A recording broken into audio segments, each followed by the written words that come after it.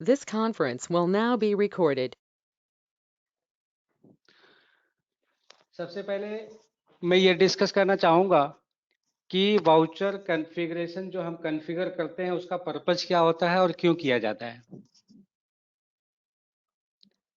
अगर इस बेस पे हम डिस्कस करें तो सबसे फर्स्ट पॉइंट ये आता है कि जो भी वाउचर एंट्री होती है, वाउचर एंट्री के रिक्वायरमेंट को फुलफिल करने के लिए जो हम कॉन्फ़िगरेशन का पार्ट दिए हुए हैं उसको वाउचर कॉन्फ़िगरेशन बोलते हैं। तो वाउचर कॉन्फ़िगरेशन कई टाइप का है। सेल्स का वाउचर कॉन्फ़िगरेशन, परचेज का voucher configuration, payment, receipt, journal, debit note, credit note, सबके सब का वाउचर कॉन्फ़िगरेशन हमने दिया हुआ है। लेकिन अभी हम यहाँ पे जो डिस्कस करेंगे वो केवल सेल्स वाउचर कॉन्फ़िगरेशन का डिस्कस करते हैं। और ये वाउचर कॉन्फ़िगरेशन आपको कहीं पे भी यूटिलाइज कर सकते हो। ऐसा नहीं है कि सेल्स का कॉन्फ़िगरेशन डिफरेंट है और परचेज का कॉन्फ़िगरेशन डिफरेंट है। सब में सिमिलर थिंग्स ही दिया हुआ है। अगर आपने एक समझ लिया तो दूसरा भी आपको इजीली क्लियर हो जाएगा वो कैसे कर सकते हैं। अगर हम शॉर्टकट में जाना चाहते हैं तो भी ऑप्शन है। अगर बाय मेनू जाना चाहते हैं तो कॉन्फ़िगरेशन, वाउचर कॉन्फ़िगरेशन, सेल्स, यहाँ पे मेन पे क्लिक किया और वाउचर कॉन्फ़िगरेशन पे क्लिक कर लिया तो ये वाउचर कॉन्फ़िगरेशन की स्क्रीन आ गई। अगर हमें शॉर्टकट से जाना है तो हम क्या करेंगे, पहले एक कोई बिल ओपन करेंगे। यहाँ से कोई भी बिल आप ओपन कर लीजिए। यहाँ पे आने के बाद आप वाउचर डिटेल पे क्लिक कीजिए और यहाँ पे वाउचर सीरीज कॉन्फ़िगरेशन पे क्लिक कर दीजिए और राइट साइड से वाउचर कॉन्फ़िगरेशन पे क्लिक कर दीजिए। तो ये आ गया वाउचर कॉन्फ़िगरेशन का पार्ट। वाउचर कॉन्फ़िगरेशन में बहुत सारी चीजें होती हैं जैसे हमने बताया। तो वाउचर कॉन्फ़िगरेशन हम करते इसलिए हैं कि सेल्स की एंट्री के टाइम पे हमें क्या क्या चीजों की जरूरत है, क्या क्या चीजों की जरूरत नहीं है, उसके अकॉर्डिंग हम सेल्स की वाउचर कॉन्फ़िगरेशन को कॉन्फ़िगर कर सकते हैं। अब यहाँ पे सबसे फर्स्ट पॉइंट आता है नंबर ऑफ ऑप्शनल फील्ड। अब नंबर ऑफ ऑप्शनल फील्ड जो होता है बेसिकली जब भी हम कोई भी सेल्स की बिल की एंट्री करते हैं उसमें कुछ नंबर ऑफ ऑप्शनल फील्ड इस तरह से होते हैं, कस्टमर डिमांड करता है कि मुझे 4 फील्ड और चाहिए डेटा एंट्री के लिए जो कि प्रिंट आउट में भी आना चाहिए।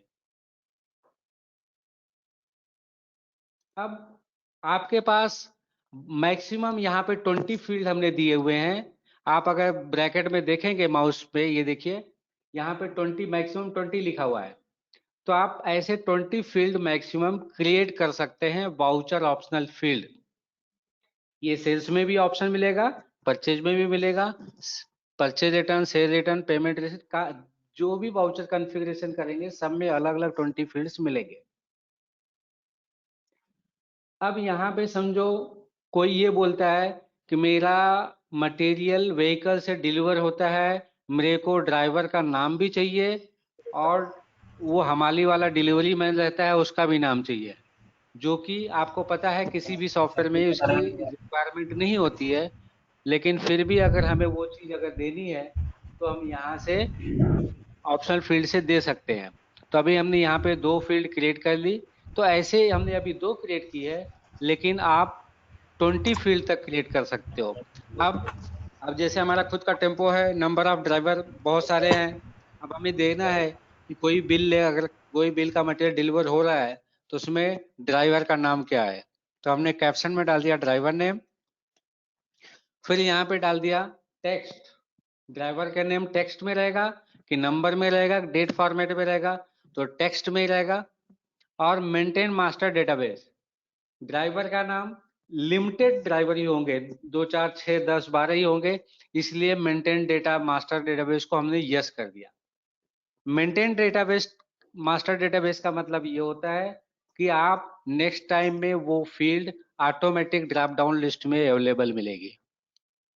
आपको दोबारा उसको टाइप करने की जरूरत नहीं है, डायरेक्ट आप उसको सिलेक्ट करके ले सकते हैं। दूसरा चीज हमने बताया डिलीवरी मैन।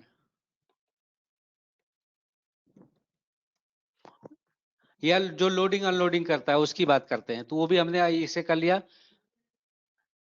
और आपको अगर ये पता है कि डिलीवरी मैन हमारा फिक्स नहीं रहता है, कोई भी जाता है, तो आपका टाइप करने का ऑप्शन चाहिए तो इसको लास्ट वाले ऑप्शन को नो कर सकते हैं। अब हमने यहाँ पे 2 फील्ड दिया था, इसलिए हमें तीसरे नंबर पे टाइप करने का ऑप्शन यहाँ पे नहीं मिलेगा, क्योंकि हमने नंबर ऑफ ऑप्शन फील्ड 2 लिया है। अगर आपको 2 से ज्यादा करना है तो फिर आपको इसको सेव कीजिए और यहाँ पे आके फिर से इसको 3 कीजिए और फिर टाइप कीजिए। अब यहाँ पे हमने डाल दिया रिमार्क्स, या फिर ऐसे डाल दिया, कुछ और भी फील्ड्स है जो आपको डालना है। अब जैसे हमने डाल दिया ऑर्डर नंबर। अब ऑर्डर नंबर तो फिक्स नहीं रहता, ड्रॉप डाउन में चाहिए, वो हमने टाइप करने का ऑप्शन दे दिया। ये जो मैं बता रहा हूँ ये खाली एक अंडरस्टैंडिंग पर्पज के लिए बता रहा हूँ, इससे कोई बिजनेस का कोरिलेशन नहीं है। तो ये हमने सेव कर दिया और यहाँ पे हमने सेव कर दिया। अब इसकी अगर हम डेटा एंट्री की बात करें, अगर हम यहाँ पे कोई भी एंट्री करेंगे इस तरह से,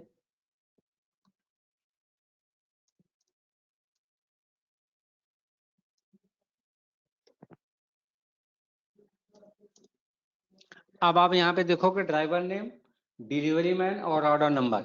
अब डिलीवरी मैन पे एंटर मारोगे तो ऐसा ड्रॉप डाउन आएगा।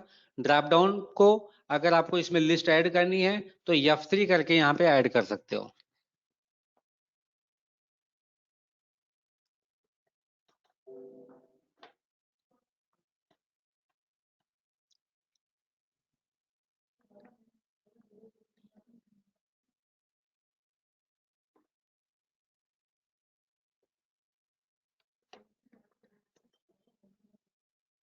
ऑर्डर नंबर फ्लेक्सिबल है, जो भी चाहिए आप अपने हिसाब से डाल सकते हो।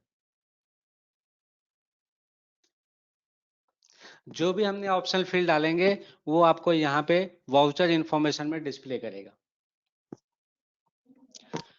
अब ये हो गया हमारा वाउचर ऑप्शनल फील्ड का इम्प्लीमेंटेशन, और उसको कैसे यूज करते हैं वो हो गया। अब वाउचर ऑप्शन में कुछ चीजें ऐसी होती हैं कि जो हमें एडवांस लेवल पे यूज करने के लिए जरूरत पड़ती है। वो होता है वाउचर का कैप्शन वगैरह अगर हमें चेंज करना है तो हमें किस तरह से चेंज करना है। अब जैसे ये मटेरियल सेंटर लिखा है यहाँ पे, ये मटेरियल सेंटर को हमें अगर गोडाउन लिखना है तो कैसे लिखेंगे। अगर उसको हमें गोडाउन लिखना है तो यहाँ पे हम करेंगे control alt shift C, control alt shift C. जैसे ही control alt shift C press करेंगे तो आपको एक नया विंडो खुलेगा जहां पे आप किसी भी कैप्शन को आप अपने अकॉर्डिंग चेंज कर सकते हैं। अब हमें चेंज क्या करना था, मटेरियल सेंटर, मटेरियल सेंटर के लाइन पे आए, यहाँ पे ये कर दिया और यहाँ पे लिख दिया गोडाउन और इसको हमने सेव कर दिया। फिर से अगर हम अंदर जाएंगे तो आप देखोगे वहां पे आपका गोडाउन लिख के आ गया, ये देखिए आप। ये तो जस्ट हमें बताने के लिए एक ऑप्शन था।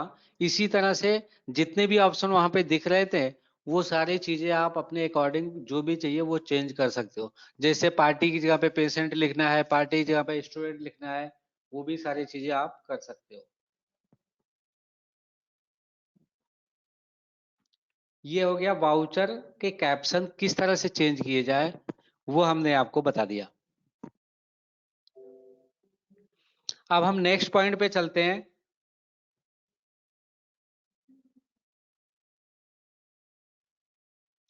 नेक्स्ट पॉइंट है एडिशनल फील्ड विथ आइटम।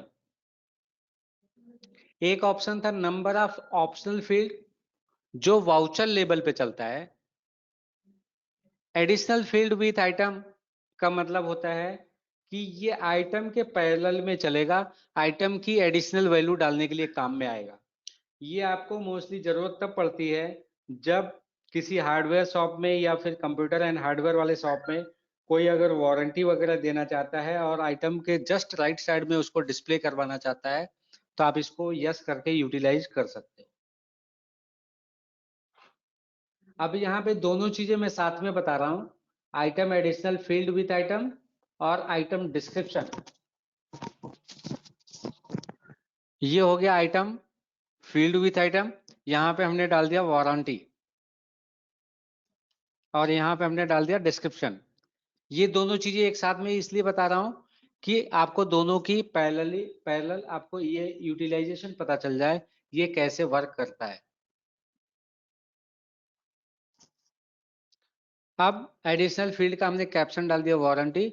अब मैं यहाँ पे गया, अब मैं एक बिल की एंट्री करता हूं, आपको यहाँ से क्लैरिटी आ जाएगी।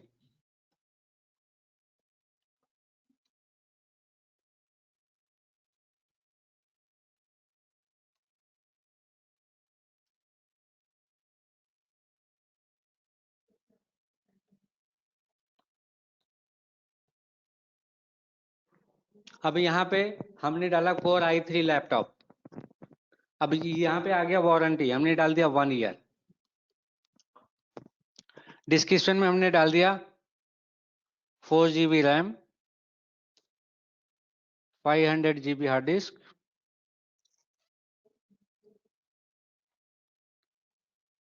विथ,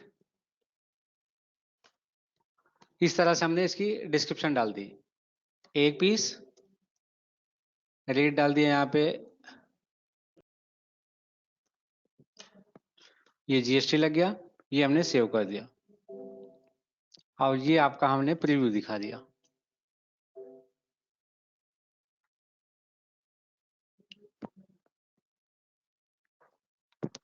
अगर ये स्क्रीन पर आप देखोगे तो जो हमने डिस्क्रिप्शन में लिखा था वो पार्ट आपका नीचे आएगा, लेकिन जो चीज हमने एडिशनल फील्ड विथ आइटम पे लिया था वो आपको राइट साइड में ही दिखेगा।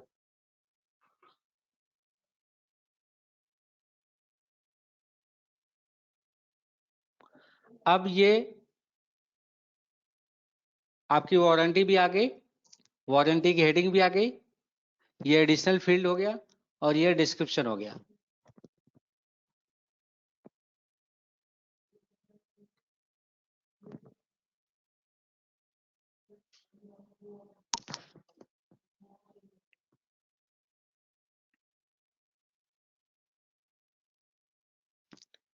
नेक्स्ट पॉइंट पे जाते हैं, आइटम वाइज डिस्काउंट। कभी कभी ये होता है आपको आइटम वाइज डिस्काउंट की जरूरत पड़ती है। एक आइटम पे आपको 5% डिस्काउंट है, दूसरे आइटम पे 10% डिस्काउंट है, तीसरे आइटम पे कुछ अलग परसेंटेज डिस्काउंट है, तो फिर आपको यूज करना पड़ेगा आइटम वाइज डिस्काउंट। हमने इसको यस कर दिया। यहाँ पे भी आपको सिंपल डिस्काउंट में 3-4 ऑप्शन आते हैं, percentage of price, percentage of main unit and absolute amount. अब इसके अगर एग्जांपल समझने हैं, अगर समझो एक कोई लैपटॉप लेता है, मैं बोलूंगा अगर 5 लैपटॉप लेते हो तो आपको 10,000 रुपए की छूट मिलेगी, तो ये एब्सोल्यूट अमाउंट हो गया। मतलब 5 लैपटॉप लेगा तो टोटल छूट कितनी मिलेगी? 10,000 का। दैट इज एब्सोल्यूट अमाउंट, एक फिक्स अमाउंट की छूट मिलेगी on the basis of quantity.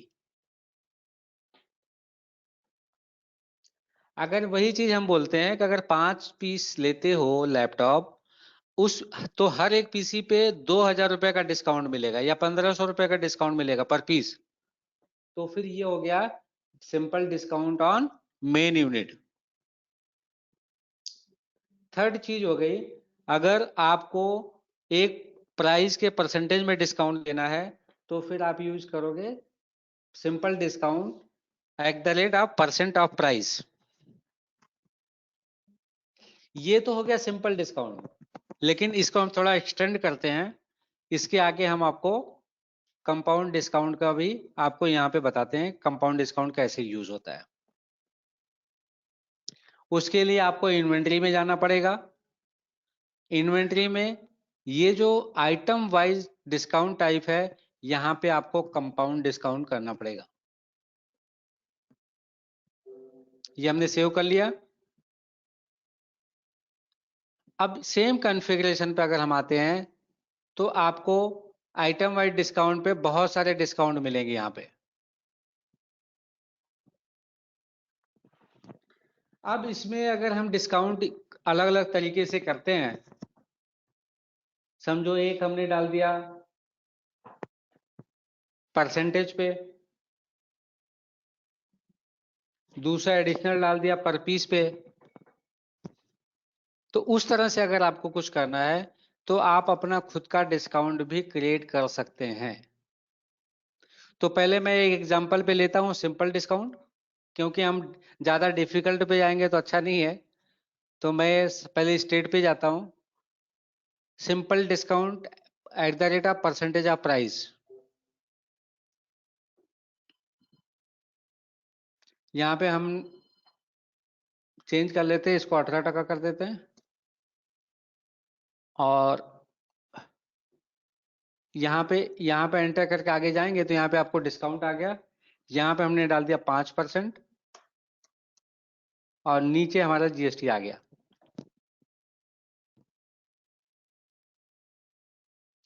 अगर इस पे अगर हम जाते हैं तो एक बेसिक थिंग और भी सोच समझने की जरूरत है कि ये जो सेल टाइप होता है,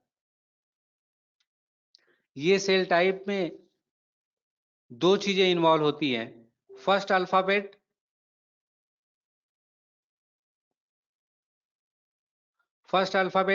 या तो आई हो सकता है या तो यल हो सकता है। आई का मतलब होता है इंटर स्टेट बिलिंग और यल का मतलब होता है लोकल बिलिंग। लोकल का मतलब होता है महाराष्ट्र, जैसे महाराष्ट्र से बिलोंग करते हैं तो महाराष्ट्र टू महाराष्ट्र है, दैट इज लोकल, मतलब एसजीएसटी सीजीएसटी वाली बिलिंग को हम यल नोट करते हैं। आई का मतलब इंटर स्टेट, अगर स्टेट के बाहर बिलिंग हो रही है परचेज और सेल तो इंटर स्टेट बिलिंग होती है। इसमें अगर हमारे पास तीन कैटेगरी होती है, एक तो सिंगल टैक्स कैटेगरी, जैसे हमने 18% ले लिया और यहाँ पे जीएसटी लगा दी।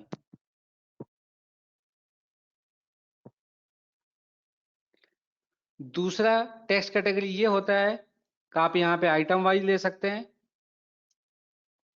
और आइटम वाइज लेने के बाद आप इसको रिमूव कर देंगे और ये आइटम के पहले में लास्ट में ये कॉलम आ जाएगा और यहाँ पे जीएसटी कैलकुलेट हो जाएगी। ये आपकी जीएसटी जो भी वैल्यू आपने डिफाइन की है उस पे प्लस हो जाएगी। ये हो गया आइटम वाइज। तीसरी टैक्स कैटेगरी होती है इंक्लूसिव की। अगर इसी को आपको इंक्लूसिव करना है तो आप ये इंक्लूसिव कर लीजिएगा। ये ऑटोमेटिक प्लस माइनस होकर automatic taxable amount automatic calculate कर लेगा। तो हमारे पास तीनों चीजें अवेलेबल हैं। आपको इंक्लूसिव करना है, जीएसटी को प्लस करना है, या सिंगल जीएसटी कैलकुलेट करके नीचे लिखना है, जैसे टैली में नीचे जीएसटी सीजीएसटी लिख के था, उस तरह से भी अगर आपको करना है तो आप कर सकते हैं। अगर हम आगे के पॉइंट पे डिस्कस करें, कभी कभी लोग ये बोलते हैं कि हमारा किसी एक आइटम का जो टैक्स होता है वो इंक्लूसिव रहता है, बाकी का सब वही रहता है। अब जैसे ये हो गया, हमने डाल दिया। अब अगर हमें दूसरा एक आइटम हमने यहाँ पे डाल दिया और पार्टी बोलता है ये मेरे को नेट 30,000 रुपए में बेचना है, ये एक पीस 32 है, ये 30,000 में बेचना है, तो हम क्या करेंगे, 30,000 यहाँ पे डालेंगे और फाइनल अमाउंट फिर से यहाँ पे एक बार टाइप कर देंगे। ये ऑटोमेटिक रिवर्स कैलकुलेशन होके आ जाएगा। यहाँ पे हमने आपको ये एक्सप्लेन करने की कोशिश की है, अगर आपको सारे आइटम प्लस टैक्स ले लिया है और एक आइटम को इंक्लूसिव करना है तो आप किस तरह से कर पाएंगे।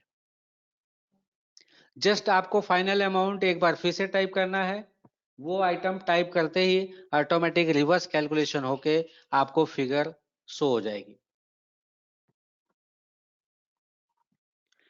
अभी तक हमने आपको तीन चीजें बताई, सिंगल टैक्स, आइटम वाइज और टैक्स इंक्लूसिव। इसके बाद एक टैक्स और भी आता है, उस टैक्स को बोलते हैं मल्टी टैक्स। मल्टी टैक्स में क्या होता है, टैक्स तो आइटम वाइज लेता है। अब जैसे हमने यहाँ पे कोर i3 लिख दिया, मैं इसको फिर से एक बार मॉडिफाई कर लेता हूँ और यहाँ पे हमने डाल दिया मल्टी टैक्स।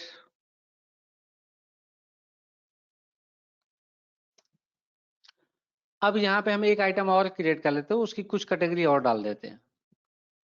अब जैसे हमने ले दिया पेन ड्राइव, कंप्लीट आइटम बना देते हैं। इसमें हमने 12% ले लिया, एक HSN नंबर डाल दिया और सेव करा दिया।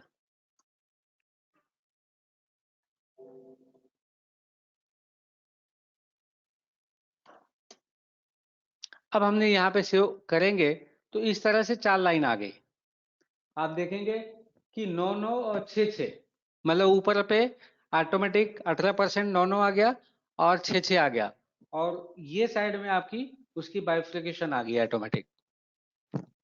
इस अमाउंट को अगर आपको कंसोलिडेटेड करके एक सिंगल लाइन में या सिंगल परसेंटेज ना दिखाने हुए कंसोलिडेट करना है, तो फिर आपको क्या करना पड़ेगा, ये जो सेल टाइप है इसको मॉडिफाई कीजिए। मॉडिफाई करने के बाद यहाँ पे एक ऑप्शन मिलेगा, apply consolidated tax amount of for all tax rate, इसको यस कर दीजिए। तो इसको करने से क्या होगा, 9% और 6% दोनों क्लब होके एक साथ में आ जाएंगे। अभी ये हमने कर दिया और इसको हमने फिर से रिमूव किया और अप्लाई कर दिया। आपने ये अभी ये देखा कि हमने 18% और 12% दोनों क्लब करके CGST SGST सिंगल लाइन में कैसे लेके आए हैं।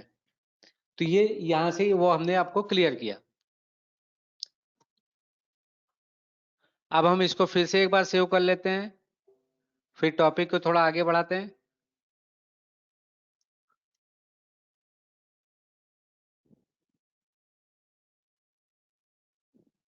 अभी हम देख रहे थे डिस्काउंट वाला पार्ट, एक हमने सिंपल डिस्काउंट देख लिया।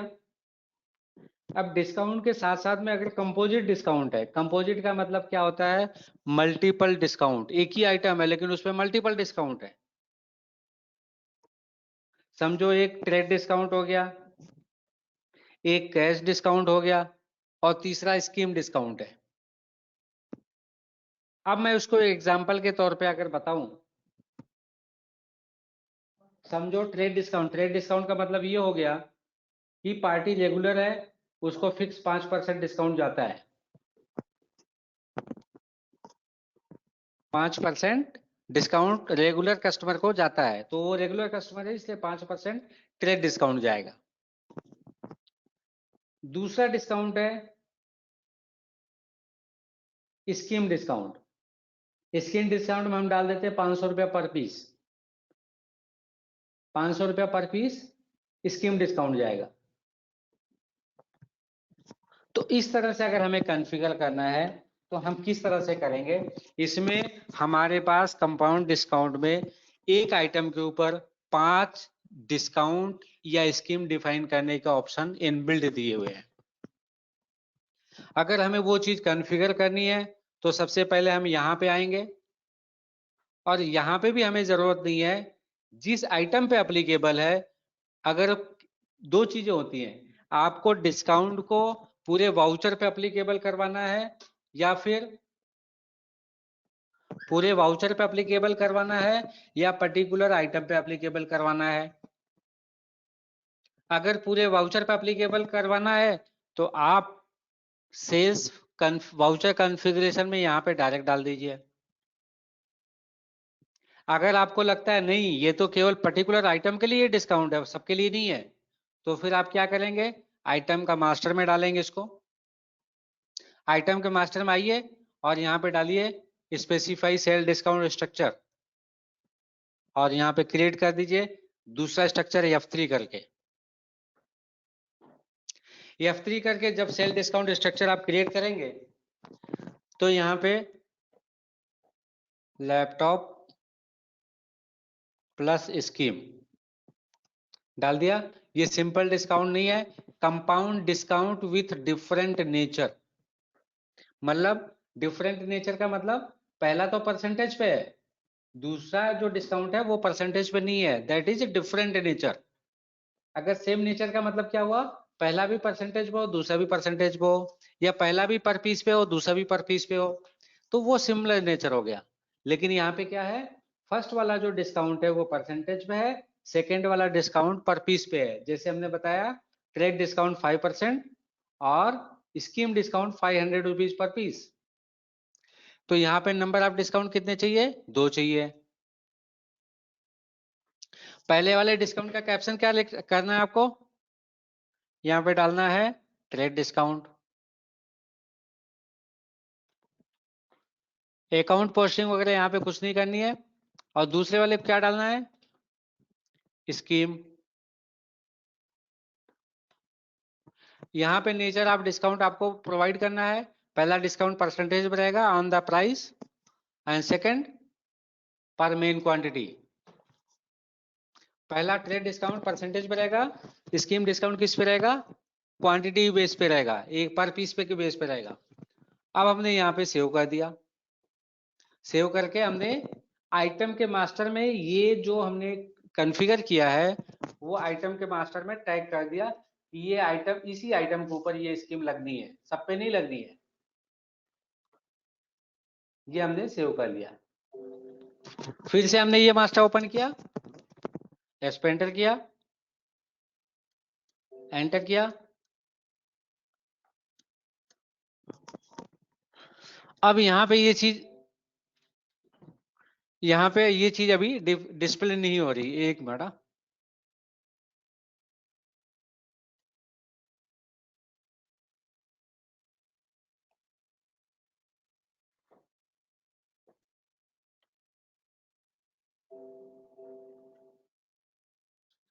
आपने देखा, आपने ये देखा कि यहाँ पे वो चीज डिस्प्ले नहीं हो रही है। अब यहाँ पे प्राइस पर पीस हमने डाल दिया 27,000, ट्रेड डिस्काउंट हमने 5% डाल दिया, स्कीम डाल दिया 500 रुपए।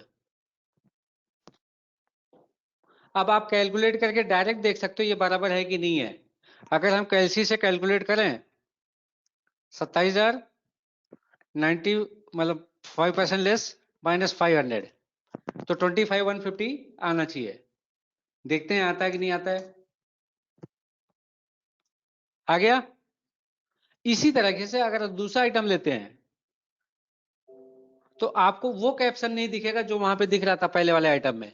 आपको ट्रेड डिस्काउंट स्कीम डिस्काउंट यहाँ पे नहीं दिखेगा। क्यों नहीं दिखा, क्योंकि हमने वो स्कीम वो डिस्काउंट केवल फर्स्ट आइटम के लिए लगाया है, फर्स्ट आइटम में ही टैग किया, वो सब में नहीं दिखेगा। ये छोटे छोटे पॉइंट होते हैं, बड़े काम के रहते हैं। जब आपको डेमो देना होता है उस टाइम पे आपको ये चीजें याद आनी चाहिए, कब किस तरह से कैसे काम करना है।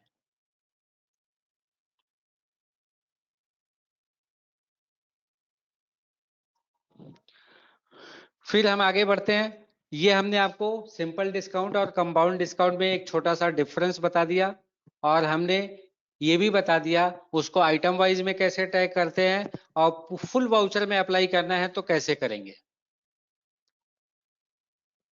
अब हम आगे बढ़ते हैं डिस्काउंट से।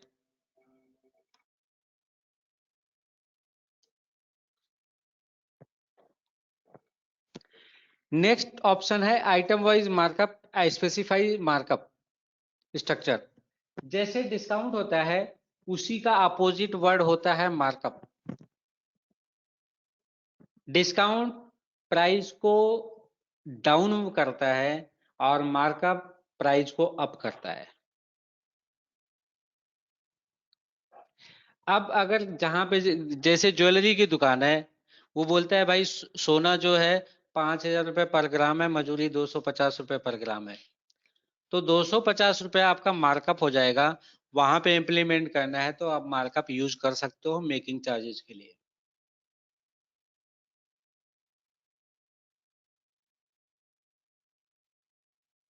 और मार्कअप का स्ट्रक्चर भी एकदम डिस्काउंट की जैसे है, सेम टू सेम मार्कअप भी उसी तरह से काम करता है, केवल उसका रिएक्शन अपोजिट होता है। ये वो माइनस करता है और ये प्लस करता है। आपको इसको इनेबल करना है तो भी इसका ऑप्शन यहीं पे दिया हुआ है। यहाँ पे हमने सिंपल मार्कअप लिया। अब ये कॉन्फ़िगरेशन में आपको विजिबल हो जाएगा, वो जो डिसेबल था वो विजिबल हो गया। आपको गोल्ड के लिए यूज करना है तो सिंपल मार्कअप पर मेन यूनिट पर ग्राम आप यूटिलाइज कर सकते हो। यहाँ पे जो भी पर ग्राम का मजदूरी रहेगा या लेबर रहे बोलो या मेकिंग चार्जेस बोलो, वो सारी चीजें आप यहाँ पे डाल सकते हो। अब इसमें हम ज्यादा डिटेल में नहीं जाएंगे, आगे बढ़ते हैं। नेक्स्ट ऑप्शन है separate billing and shipping detail. कभी कभी ऐसा होता है कि मटेरियल डिलीवर कहीं और करना है, बिलिंग कहीं और पे करनी है, और बहुत सारे कंफ्यूजन जीएसटी के कारण हमें यहाँ पे भी आते हैं कि कस्टमर तो हमारा, मैं महाराष्ट्र में बैठा हूँ तो कस्टमर महाराष्ट्र का है लेकिन डिलीवरी गुजरात में करनी है।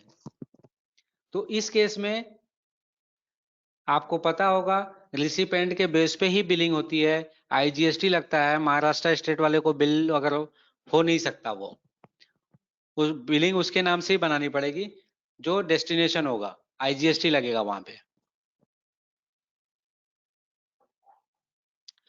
अब बिलिंग एंड शिपिंग की बात करें तो यहाँ पे अगर हम यस करते हैं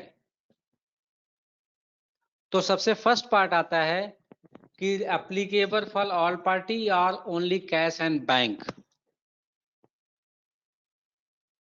अगर जनरल बिजनेस है, ट्रेडिंग बिजनेस है, डिस्ट्रीब्यूशन है, तो आपका आएगा ऑल पार्टी।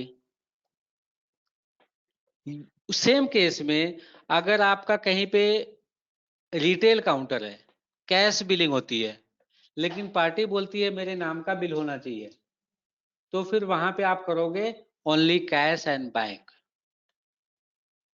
तो क्या होगा, पार्टी के नाम से बिल बनाओगे तो आपको शिपिंग का डिटेल ओपन नहीं होगा विंडो।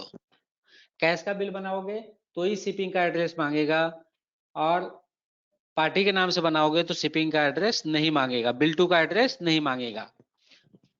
तो यहाँ पे दोनों में ये फर्क है, आपको ये चीजें ऑल पार्टी में डिस्प्ले करवानी है बिलिंग शिपिंग, या ओनली कैश एंड बैंक में डिस्प्ले करवानी है। अगर हम यहाँ पे करें, ये भी मैं दिखाई देता हूँ। अब यहाँ पे स्पेसिफाई की फील्ड है। की फील्ड का मतलब ये होता है आपको पार्टी की सर्चिंग किसके बेस पे करनी है। तो हमने यहाँ पे डाल दिया मोबाइल नंबर। जीएसटी रिपोर्ट किसके बेस पे करनी है, आस्क इन वाउचर कर दिया। अब हमने यहाँ पे सेव कर दिया। अब यहाँ पे एक पॉइंट और भी आएगा, बहुत अच्छा पॉइंट है। हमने यहाँ पे कैश के नाम से बिल बना दिया। अब यहाँ पे जीएसटी रिपोर्ट किसके नाम से लेना है, हमने डाल दिया बिलिंग शिपिंग के हिसाब से लेना है, और यहाँ पे रजिस्टर्ड कर दिया और उसका मोबाइल नंबर डाल दिया, और पार्टी का नाम एक डाल दिया, और इनका डिटेल डाल के अपने सेव कर दिया। यहाँ पे जीएसटी में कुछ भी डाल देता हूँ।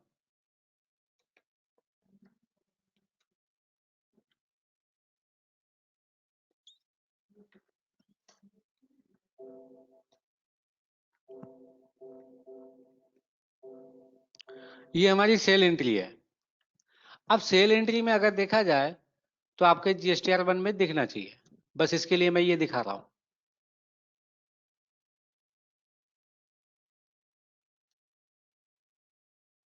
ये रमेश सिंह दिख रहा है यहाँ पे,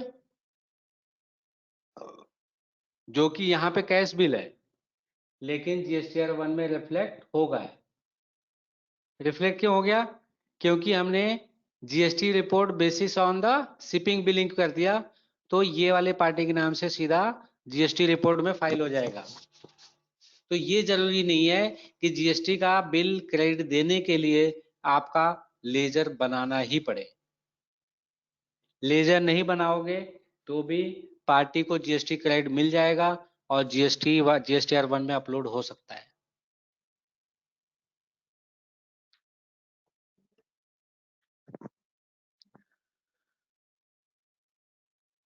अब यहाँ इसको क्लोज करते हैं।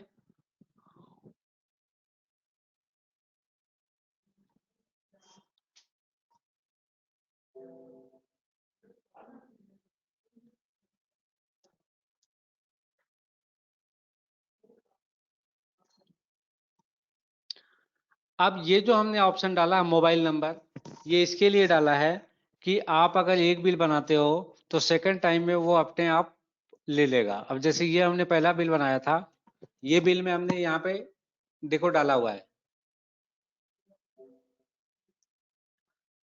अगर हमें फिर से इसका बिल एक कोई बनाना है यहाँ पे, तो वो ऑटोमेटिक पिकअप कर लेगा। वो भी दिखा देता हूँ आपको। कैश, यहाँ पे मोबाइल नंबर केवल डालूंगा तो पार्टी का नाम ऑटोमेटिक रिफ्लेक्ट हो जाएगा। गलत हो गया कहीं पर।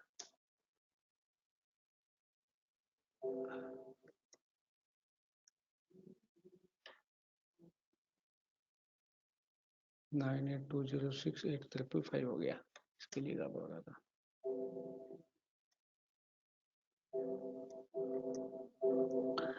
मोबाइल नंबर गलत हो गया था, इसके लिए वो नहीं आ रहा था, अभी आ जाएगा।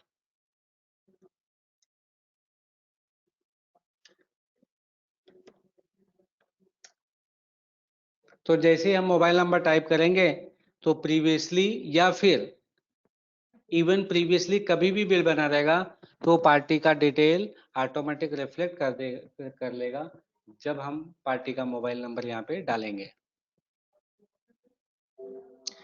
नेक्स्ट पॉइंट पे अगर हम जाते हैं, फिर इनपुट आइटम MRP। अगर आपको सेल के टाइम पे MRP अगर डाली भी है तो चेंज करने का अगर ऑप्शन चाहिए तो आप यहाँ से इनपुट MRP करोगे तो बिल बनाते वक्त जैसी आइटम सेलेक्ट करोगे वहां पे आइटम की MRP डिस्प्ले करेगी और आप उसको चेंज कर सकते हो।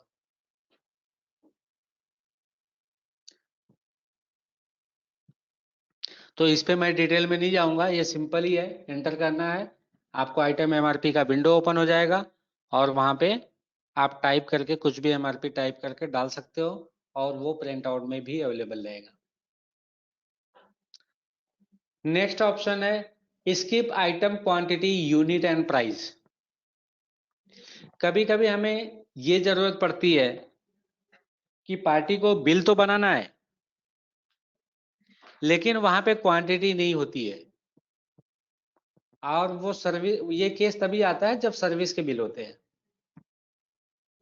अगर कोई CA बोलता है कि हमने बिल भेज दिया, ऑडिट चार्जेस 25,000 रुपए, तो वहां पे क्वांटिटी मायने नहीं रखती, प्राइस मायने नहीं रखता, बस ऑडिटिंग फीस नीचे डिस्क्रिप्शन में साल लिख देगा और अमाउंट डाल देगा।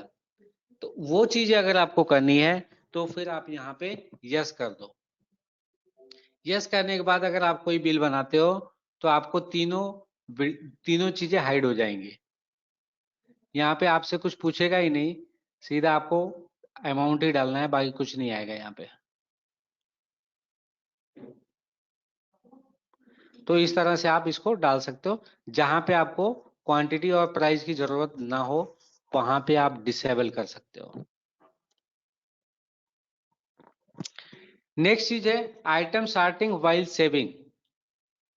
आइटम सॉर्टिंग व्हाइल सेविंग, जैसे ग्रोसरी वगैरह की शॉप होती है तो वो लोग क्या 50-50 60-60 आइटम एक साथ में अगर खरीदते हैं और कभी किसी ने पूछ लिया कि हमारे ये वाले आइटम का क्या रेट है बिल में, तो हमें बड़ी तकलीफ होती है, उसको ढूंढे कैसे, उसको सर्च कैसे करें बिल में। तो उसके लिए सबसे बेस्ट ऑप्शन ये रहता है कि प्रिंटिंग के टाइम पे अगर आइटम अल्फाबेटिकल ऑर्डर में आ जाएं प्रिंटिंग में या ग्रिड में, तो आपको सर्च करने में इजी हो जाएगा, क्योंकि जो ए से स्टार्ट होने वाला होगा सबसे ऊपर आ जाएगा, जेड वाला सबसे नीचे चला जाएगा, उसके सीक्वेंस में आप सर्च कर सकते हैं। अब यहाँ पे आपको सॉर्टिंग का भी ऑप्शन दिया है, आइटम वाइज चाहिए, ग्रुप वाइज चाहिए, ऑप्शन फील्ड वाइज चाहिए, इस तरह दिया है, लेकिन हम ये मानते हैं आप आइटम वाइज ले लीजिए और वो अल्फाबेटिकली सर्च हो जाएगा। इस पे भी हम डिटेल में नहीं आएंगे, वो ऑटोमेटिक आप ज़्यादा आइटम लेंगे, ये आइटम ये चीज़ें इनेबल करेंगे तो जेड वाला ऊपर रहेगा, ए वाला नीचे रहेगा, तो ऑटोमेटिक रिवर्स हो जाएगा सेव करते ही। नेक्स्ट ऑप्शन है set default date in voucher as last voucher date और सिस्टम डेट। जब भी हमारी एंट्री रनिंग होती है उस टाइम पे आप यूज कर सकते हो सिस्टम डेट। और जब हमें पता चलता है कि हमें अभी पुरानी एंट्री करनी है और पुरानी एंट्री फिनिश होने के बाद फिर लाइव करेंगे, तो उस टाइम पे जरूरत होती है set as last voucher date. Example के तौर पे आपको डेटा फीडिंग करनी है और आपने सॉफ्टवेयर अभी लिया है। अगर आपने सॉफ्टवेयर अभी लिया है और आप ये चाहते हो 1 अप्रैल 2020 से पूरी एंट्री करनी है, तो बार बार करंट डेट आता रहेगा, बार बार आप चेंज करते रहोगे। तो अगर हम लास्ट वाउचर डेट कर देंगे तो ऑटोमेटिक जो लास्ट की एंट्री रहेगी उसी वही वाउचर डेट ऑटोमेटिक आता रहेगा।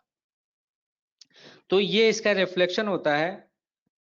तो आपको अगर लाइव एंट्री करनी है तो सिस्टम डेट रखो, अगर आप पुरानी एंट्री कर रहे हो तो लास्ट वाउचर डेट रखें।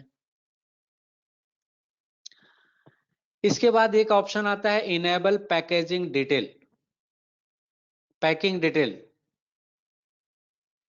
पैकिंग डिटेल की जरूरत तब पड़ती है जब हम कोई इनवाइस बनाते हैं और उसकी पैकिंग डिफरेंट डिफरेंट कार्टन में होती है और हर एक कार्टन में कुछ नंबर ऑफ पीसेज या नंबर ऑफ आइटम्स उसमें फिक्स किए जाते हैं, तो उसकी पैकिंग डिटेल की जरूरत पड़ती है।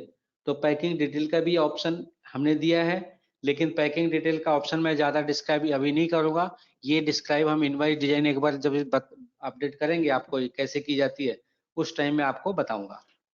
और आपको अगर एंट्री एंट्री एक बार देखनी है तो हमें क्या करना पड़ेगा, इसको इनेबल करने के लिए वो बता देता हूँ। कॉन्फ़िगरेशन में जाएंगे, फीचर एंड ऑप्शन में जाएंगे, इन्वेंट्री में जाएंगे और यहाँ पे अगर हमें जो चीज पैकिंग डिटेल सर्च करना है अगर यहाँ पे नहीं मिल रहा है तो हमारे पास की होता है F3 और यहाँ पे टाइप करेंगे पैकिंग और यहाँ पे सर्च कर लेंगे। जो भी हमने सर्च किया वो हाईलाइट हो जाएगा और इसको इनेबल करके सेव कर देंगे। अब ये हमने पैकिंग सर्च करने का ऑप्शन इसलिए बताया कि आपको वो चीज पता चल जाए कि F3 से आप सर्च कर सकते हो। ऐसा नहीं है मुझे ये नहीं पता था कहाँ पे है मैंने सर्च किया, हमने इसलिए बताया कि आपको ये पता चल जाए कि अगर जो फीचर्स नहीं मिल रहे हैं तो उसको सर्च कैसे किया जा सकता है। अब हमने यहाँ पे फिर बैक जाके फिर से अंदर आए तो आप अगर ये देखोगे यहाँ पे पैकिंग डिटेल की ऑप्शन इनेबल हो गया। अब पैकिंग डिटेल की ऑप्शन इनेबल करोगे तो यहाँ पे एक कॉन्फ़िगरेशन का ऑप्शन आएगा, वो कॉन्फ़िगरेशन में आपको डालना है पैकेज नंबर। पैकेज का नंबर का मतलब कार्टन नंबर। अगर कार्टून में पैक होता है, वुडन बॉक्स में पैक हो रहा है, तो जो भी पैकिंग हो रही है उसमें एक नंबर डालना पड़ता है, वो उसका नंबर क्या है। फिर मार्का नंबर, मार्का नंबर मतलब कंपनी का सील होता है कुछ, वो कंपनी का सील डालना है। पैकेजिंग मोड, कार्टन है, वुडन पैलेट है या फिर क्या किस में पैकिंग है, टिन में है पैकिंग, कैसे है वो। फिर जो बॉक्स बना उसकी साइज क्या है।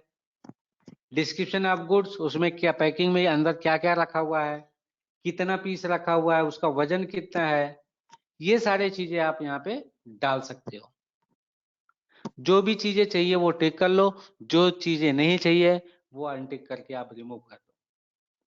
अब इसकी एंट्री कैसे होती है वो मैं बता देता हूं। पैकेजिंग वेट यूनिट अगर आपको करना है तो यहाँ पे केजी में लेना है, किस में लेना है वो डाल दो।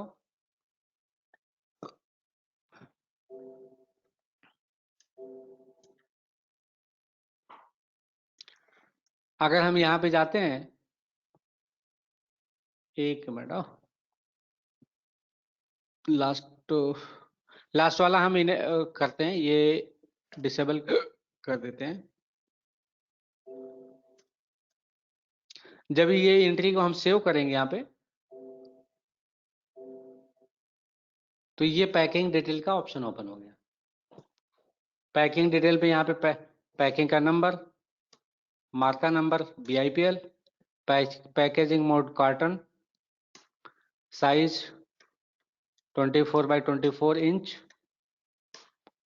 Description of goods computer, quantity 2 piece, unit numbers, pieces, weight 27 point, जो भी रहेगा जैसे भी रहेगा वो आप यहाँ पे टाइप करके डाल सकते हो। ये तो एक सैंपल हमने बताया कि इस तरह से आप डाल के ले सकते हो। और इसकी फिर इनवाइट डिजाइनिंग वगैरह का भी ऑप्शन है, पैकिंग डिटेल की प्रिंटिंग लेआउट कैसे सेट करते हैं वो भी ऑप्शन है, वो इनवाइट डिजाइनिंग करते वक्त मैं एक बार आपको बताऊंगा। आगे बढ़ते हैं।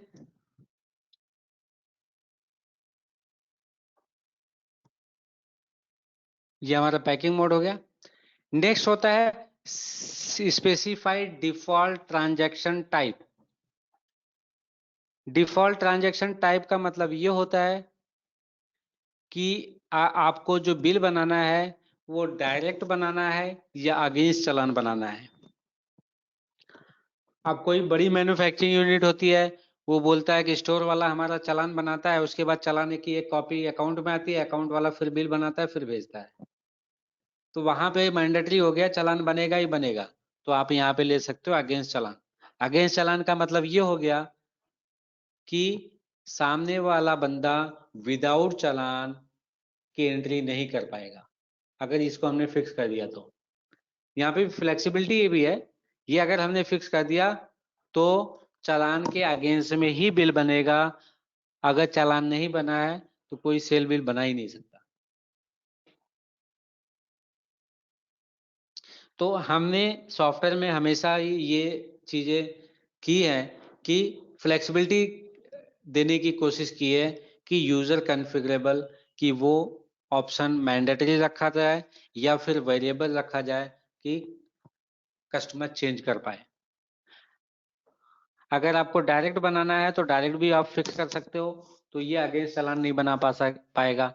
अब इसमें क्या है कि आपको वेरिएबल रखना है अगेंस्ट चालान, तो ये हो गया अगेंस्ट चालान तो बिल बन जाएगा, लेकिन operator can change.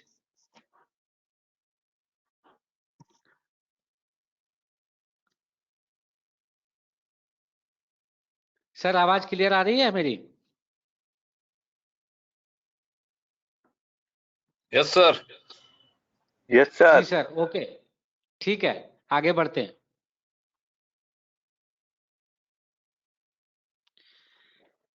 Next option है zero value validation. Zero value validation में ये हमारे पास रिस्ट्रिक्शन का पार्ट है कि हम बिल किस किस कंडीशन में अलाउ नहीं करना है।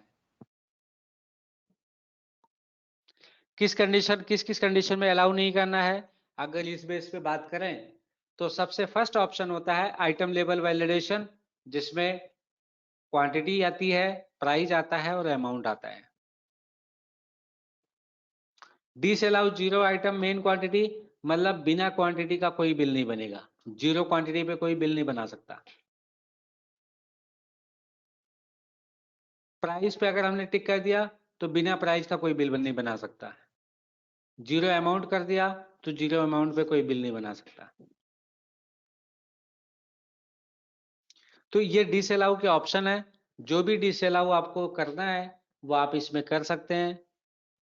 ये एडिशनल एक फीचर्स है बिल को रिस्ट्रिक्ट करने के लिए। अब इस पे हम आगे नहीं जाएंगे। अब मेन पॉइंट पे आते हैं, filter value for party drop down. Filter value for party drop down पे अगर हम डिस्कस करें तो बेसिकली इसलिए ये चीजें होती हैं, कस्टमर हमेशा ये बोलता है कि अगर हम सेल बिल बना रहे हैं तो हमें वहां पे डेटर्स की ही लिस्ट दिखनी चाहिए, क्रेडिटर नहीं दिखनी चाहिए, या परचेज की बिल बना रहे हैं तो क्रेडिटर ही दिखना चाहिए, डेटर्स नहीं दिखना चाहिए। इस पर्पज के लिए अगर हमें यूज करना है तो हमें यूज करना पड़ेगा filter value for party drop down list. अब इस पे हम एक चीज बता देते हैं प्रैक्टिकली करके, दो पार्टी क्रिएट कर लेते हैं, दो क्रेडिटर्स और दो क्रेडिटर, दो। अब ये देखिए,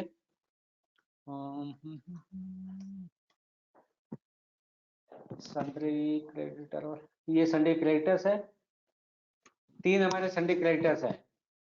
एक बार देख लेते हैं डेटर्स में भी कोई है शायद। डेटर्स में फिलहाल कोई नहीं है, हम इसमें बना लेते हैं।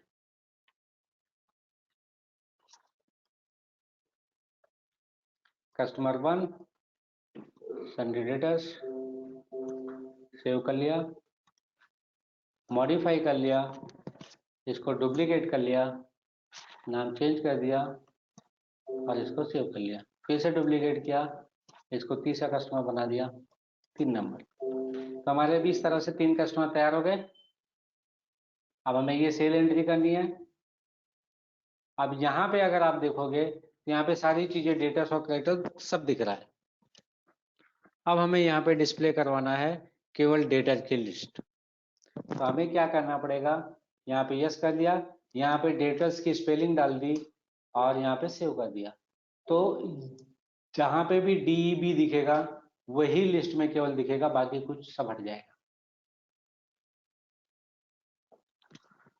आपने देखा ये कस्टमर 1, कस्टमर 2, कस्टमर 3 आ गया।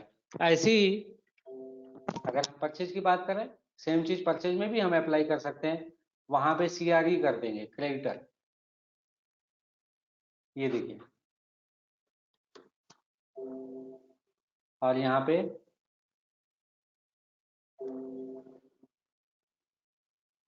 केवल क्रेडिटर दिखेगा। इसी तरीके से नेक्स्ट ऑप्शन पे आते हैं, तो उसी तरह से आइटम के लिए भी ऑप्शन हमने दिया है। क्या होता है, मैन्युफैक्चरिंग यूनिट में कुछ रॉ मटेरियल होते हैं, कुछ पैकिंग मटेरियल होते हैं। रॉ मटेरियल में लोगों ने रॉ मटेरियल लिख दिया या RM डाल दिया, पैकिंग मटेरियल में PM लिख दिया या पैकिंग मटेरियल लिख दिया, फिनिश गुड में FG डाल दिया या फिनिश गुड लिख दिया। अब कस्टमर चाहता है कि जब भी हम सेल करते हैं तो फिनिश गुड का ही करते हैं, तो उसमें फिनिश गुड ही दिखना चाहिए, रॉ मटेरियल तो हम सेल करते नहीं है। तो उसके लिए आप ये फिल्टर यूज कर सकते हो कि ताकि सेल के टाइम पे केवल फिनिश गुड ही दिखे। अगर इसका प्रैक्टिकल करना है तो आप बोलो तो मैं इसका भी दिखा देता हूं। जैसे पार्टी का हुआ ऐसे इसका भी हो जाएगा। अभी हम आगे बढ़ते हैं। नेक्स्ट है इनपुट ट्रांसपोर्ट डिटेल। अगर आपको ई-वे बिल बनाना है तो ट्रांसपोर्ट डिटेल मैंडेटरी होता है।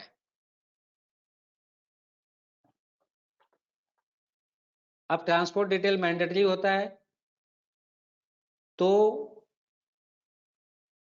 आपको यहाँ पे डिस्टेंस वगैरह, किलोमीटर वगैरह भी डालना पड़ता है, वो सारी चीजें चाहिए। तो आपको ट्रांसपोर्ट डिटेल ई-वे बिल लिए इनेबल करना है तो आपको 2 जगह से इनेबल करना पड़ता है। फर्स्ट ऑप्शन आता है फीचर एंड ऑप्शन, GST में transport detail in local cell purchase. पर सबसे पहले यहां पे यस होगा।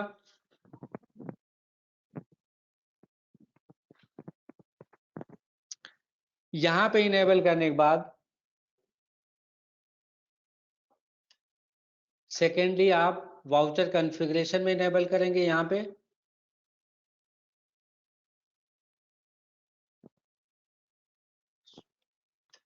ये वाला ऑप्शन इनेबल करेंगे।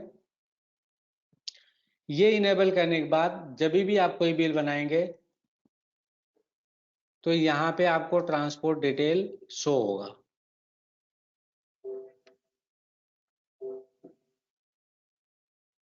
हाँ, ये देखो ट्रांसपोर्ट डिटेल आ गया।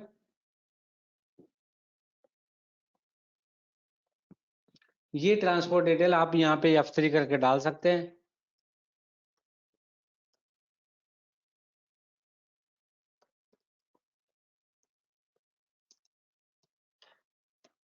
व्हीकल नंबर वगैरह जो भी है सब डाल दीजिए, सेव कर दीजिए।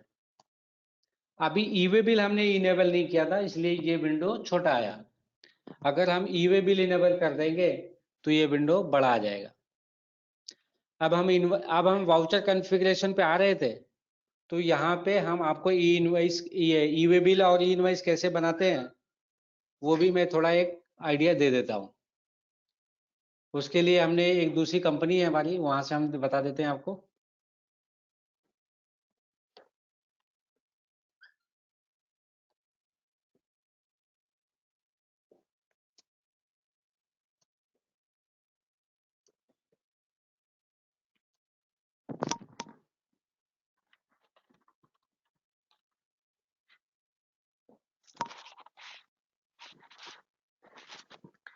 ये मैं अभी ईवे बिल का बता रहा हूं कि ईवे बिल कैसे कॉन्फ़िगर करते हैं। सबसे पहले तो आपको ईवे बिल की साइट पे जाना है, वहां पे जीएसपी की रजिस्ट्रेशन करनी है और वहां पे जीएसपी के रजिस्ट्रेशन में आपको यूजर आईडी और पासवर्ड क्रिएट करना है। वो आप लोगों को पता भी होगा, और कोई दिक्कत आए तो मुझे आप फोन कर लेना। अब यहाँ पे हम आपको ये बता रहे हैं कि सबसे पहले हम जीएसटी एंड वैट में जाएंगे। यहाँ पे हमने लिखा है ईवे बिल रिक्वायर्ड, एक हमने ये डमी जीएसटी नंबर डाल दिया है और यहाँ पे कॉन्फ़िगर कर लिया है। फ्रॉम प्लेस देहरादून दिख रहा है, पिन कोड दिख रहा है और यहाँ पे जीएसपी का यूजर आईडी नेम और यूजर पासवर्ड दिख रहा है, जो हमने ईवे बिल की साइट पे हमें क्रिएट करना रहता है। वही यूजर आईडी और ये पासवर्ड हम डाल देते हैं। इसको हमने ओके कर लिया।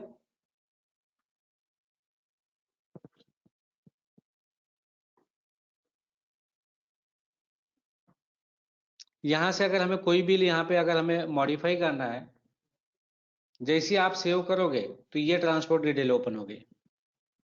अब आपने ये देखा पहले वाला ट्रांसपोर्ट डिटेल कितना छोटा सा दिख रहा था, अब ये पूरा इतना बड़ा ही ओपन हो गया। सेल्फ डाल दिया, एलआर नंबर नहीं है, डेट आ गई, व्हीकल नंबर आ गया, कहां से मटेरियल जा रहा है, कहां पे जा रहा है, क्या है, ईवे बिल रिक्वायर्ड है कि नहीं है। चेक डिस्टेंस पे क्लिक करोगे तो इसका डिस्टेंस भी चेक हो जाएगा।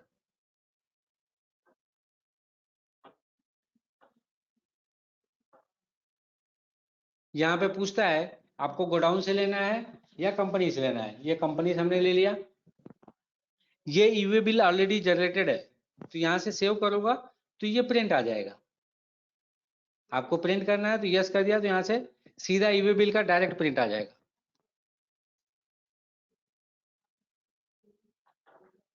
आपको कोई जेसन फाइल डाउनलोड करने की जरूरत नहीं है, कोई पोर्टल पे जाके अपलोड करने की जरूरत नहीं है। जो भी आपको बनाना है डायरेक्ट बनाइए और डायरेक्ट प्रिंट कीजिए।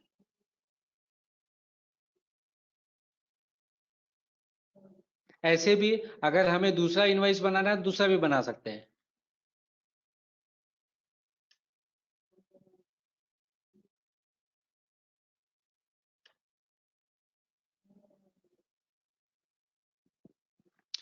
अब यहाँ पे मेन चीज क्या रहती है कि जब भी आप ट्रांसपोर्ट डिटेल फिल करते हो तो व्हीकल नंबर या ट्रांसपोर्ट का सप्लायर का जीएसटी नंबर, दो चीजों में से एक चीज इंपॉर्टेंट होता है, ये या तो ये। बाकी आपको कोई चीज की जरूरत नहीं है। डिस्टेंस अगर परफेक्ट रहेगा तो जनरेट हो जाएगा। अगर यहाँ पे हमने कुछ और डाल दिया तो ये एरर भी आ जाएगा, लेकिन ये जनरेटेड है तो ये आ जाएगा।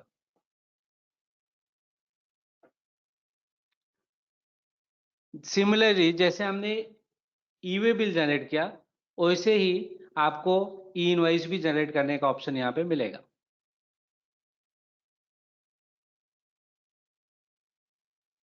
मैं ई इनवॉइस का भी बता देता हूं आपको।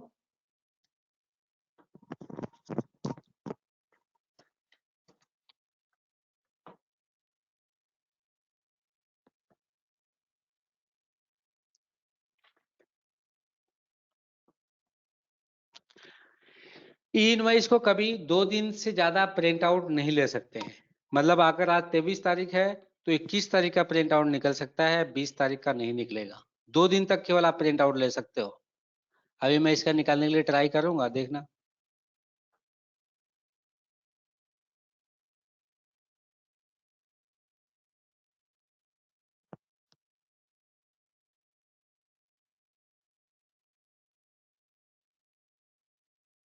इनवैलिड लॉगिन क्रेडेंशियल,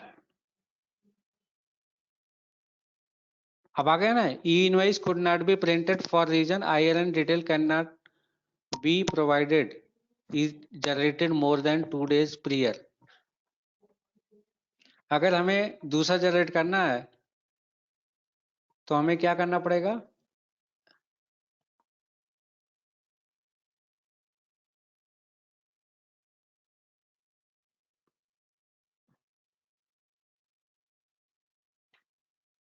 मैं एक काम करता हूँ, ये वाला इनवाइस है, सेम टू सेम कॉपी करके ले लेता हूँ।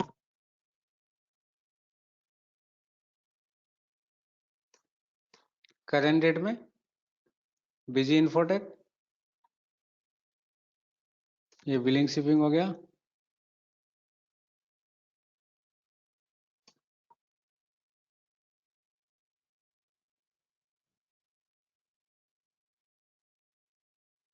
ईवे बिल नहीं चाहिए।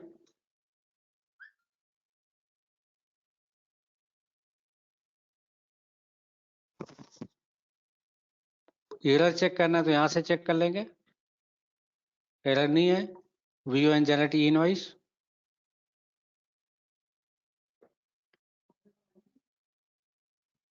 ये देखो ई इनवाइस डायरेक्ट जनरेट हो गया, इसका आईआरएन नंबर भी आ गया, एक्नॉलेजमेंट भी आ गया।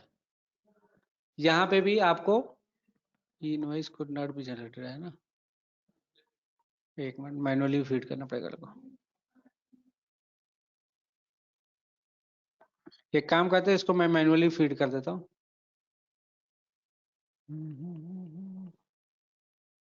बिजी इन्फोटेक,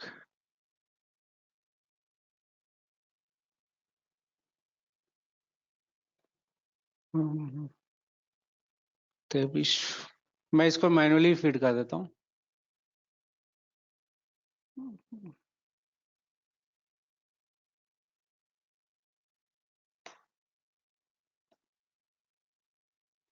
क्या डुप्लीकेट करते हैं तो मुझे लगता है आईआरएन भी डुप्लीकेट हो जा रहा है बीच डायरेक्ट।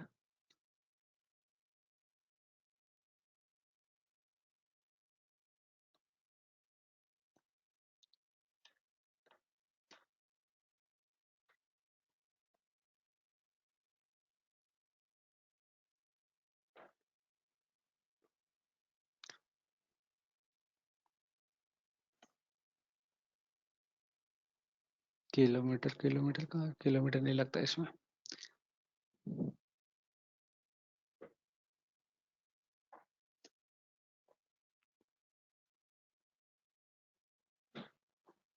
ये चेक कर लिया, कोई एरर नहीं है।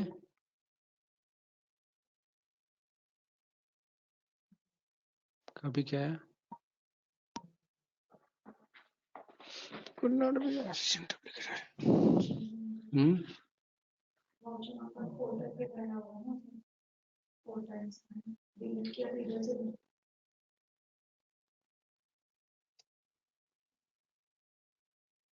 एक मिनट देख लेता हूँ, सेम इनवॉइस नंबर गया होगा ना इसके लिए।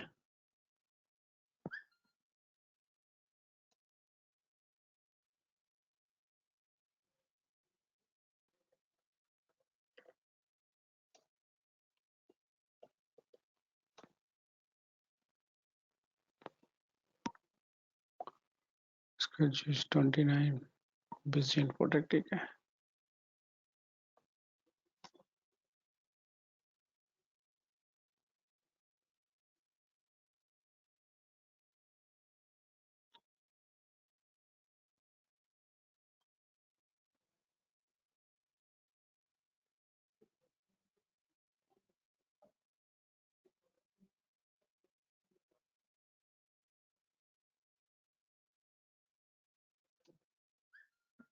अभी हो जाएगा, 2 मिनट।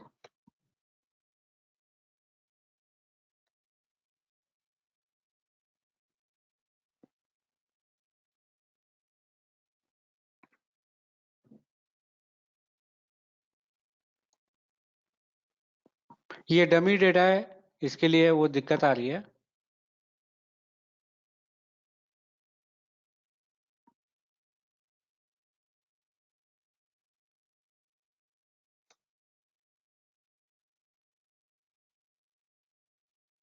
ये देखो जनरेट हो गया। अब प्रिंट करना है तो यहाँ से प्रिंट आउट भी आ जाएगा।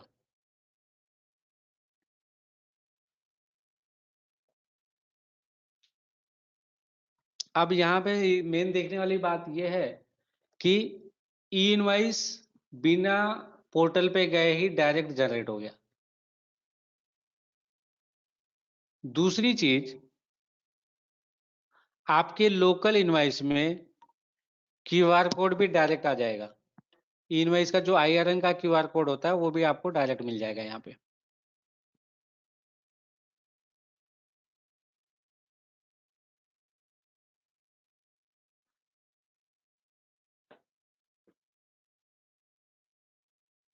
तो ये ई इनवाइस और क्यूआर कोड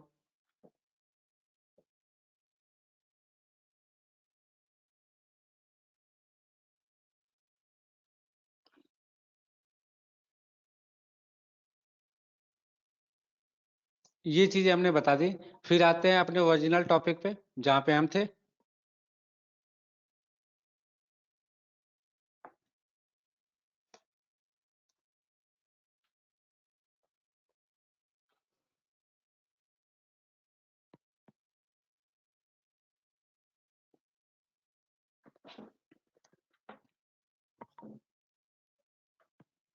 ये हमारी कॉन्फ़िगरेशन चल रही थी और यहाँ पे ट्रांसपोर्ट डिटेल में हमने ई इनवाइस और ई वे बिल जनरेट करके दिखा दिया। नेक्स्ट ऑप्शन होता है ऑटो राउंड ऑफ। ये भी आप लोगों को पता ही होगा, आपको फाइनल वैल्यू को राउंड ऑफ करना है ऑटोमेटिक, तो ये आपको करके दे देगा। इसमें हम ज्यादा नहीं जाएंगे, खाली जब भी आप यस करोगे तो यहाँ पे अपर के लिए राउंड ऑफ प्लस डालना है, लोअर के लिए राउंड ऑफ माइनस डालना है, और राउंडिंग ऑफ नियरेस्ट टू 1 करना है या 5 करना है, वो भी आप डाल सकते हो। अब 1 कर दिया तो वो ऑटोमेटिक 1 के राउंड ऑफ में 50 के नीचे होगा तो लोअर ले लेगा, 50 के ऊपर होगा तो अपर ले लेगा। और अगर ऐसा चाहिए कि आपको बार बार पूछना कि राउंड ऑफ अप्लाई करना है कि नहीं करना है, तो उसको आप यस कर देंगे तो वो पूछने लगेगा। तो इस पे हम डिटेल में नहीं जाते हैं। Print account voucher after saving, इस पे भी नहीं जाते हैं, ये प्रिंट करने का ऑप्शन है। प्रिंट इन्वेंटरी वाउचर, इस पे भी नहीं जाते हैं। Print sales invoice after saving, इस पॉइंट पे अगर हम जाते हैं तो ये इनवाइस प्रिंट करने का ऑप्शन है। आपको कौन सा फॉर्मेट चूज करना है। इसमें सबसे बड़ी बात ये होती है कि कभी कभी हमारे पास मल्टीपल फॉर्मेट होते हैं, लेकिन हमें लोगों को केवल एक ही फॉर्मेट दिखाना होता है जो प्रिंट करना है। तो उसके लिए आपको यहाँ पे फ्रीज इनवाइस फॉर्मेट का ऑप्शन मिलेगा। जैसे यहाँ पे आप देखोगे इतने सारे फॉर्मेट हैं, लेकिन आपको फ्रीज करना है तो यहाँ से फ्रीज कर दोगे तो प्रिंटिंग के टाइम पे आपको केवल एक ही फॉर्मेट दिखेगा, बाकी सब हाइड हो जाएगा। बाकी नीचे बहुत सारे मल्टीपल ऑप्शन दिए हुए हैं। Prompt for printing after saving, prompt दिखाना है कि नहीं दिखाना है। शो प्रिंट ऑप्शन दिखाने हैं कि नहीं दिखाने हैं। Specify default number of copy, default कितने कॉपी निकालने हैं। बाय डिफॉल्ट एक निकलेगा, लेकिन आपको चाहिए, कोई बोलता नहीं है, अपने को ऑप्शन देना ही नहीं है, 3 कॉपी निकलना ही चाहिए और यूजर चेंज भी ना कर पाए, तो ये ऑप्शन सेटिंग कर दिया। Can change number of copy, इसको नो कर दो और यहाँ पे 3 कर दो, तो यूजर चेंज नहीं कर सकता, जब भी प्रिंट देगा 3 कॉपी ही निकलेगा। अब अगर आपको देखना है तो यहाँ पे मैं एक बार इनवाइस प्रिंट करके दिखा देता हूँ, आपको केवल एक ही फॉर्मेट दिखेगा। यहाँ पे कंट्रोल P किया, सेल्स इनवाइस पे गया। अब यहाँ पे आप देखोगे स्टैंडर्ड ग्राउंड कोई फॉर्मेट नहीं दिख रहा है, इसका मतलब ये चीजें हमने फ्रीज की है।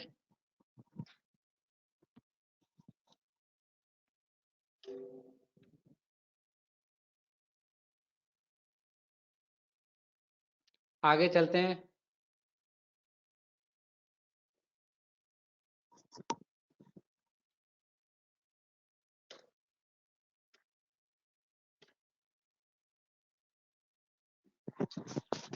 Print item barcode after saving, ये जब भी आप सेव करोगे उस टाइम पे बारकोड का प्रिंट लेना रहता है, उसके लिए यूटिलाइज किया जाता है। लेकिन ये ऑप्शन मैं आपको तब बताऊंगा जब आपको बारकोड डिजाइन करना सिखाएंगे, उस टाइम पे मैं आपको एक्सप्लेन करूंगा ये ऑप्शन कैसे इनेबल करना है। तो ये ऑप्शन जब भी हम पॉइंट ऑफ सेल का बताएंगे तो उस टाइम पे मैं आपको अपडेट करूंगा ये कैसे यूटिलाइज करना है।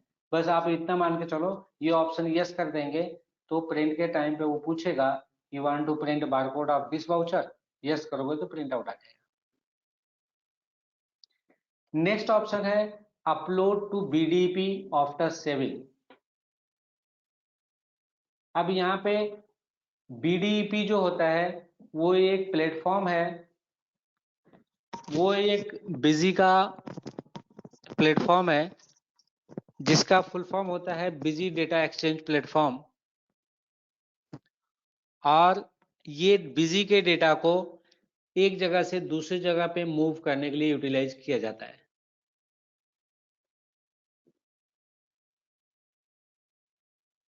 इसके मल्टीपल पर्पज हैं बीडीपी के। एक तो पर्पज ये है, अगर कोई सेलर बिजी यूज कर रहा है और बायर भी बिजी यूज कर रहा है तो उसका एक कंपनी से डेटा दूसरी कंपनी में डायरेक्ट आप सेंड कर सकते हो। आपका सेल बिल है, सेल बिल भेज दिया, सप्लायर भेज दिया, तो बायर ऑटोमेटिक उसको रिसीव करके सेव कर सकता है। वो ऑप्शन यहाँ पे दिया हुआ है। और एलॉन्ग विथ इनवाइसेस, इनवाइस की पीडीएफ भी अपलोड करनी है तो लोड कर सकता है। दूसरा इसका यूजेज ये होता है कि ये मोबाइल ऐप को यूटिलाइज करने के लिए भी काम में आता है।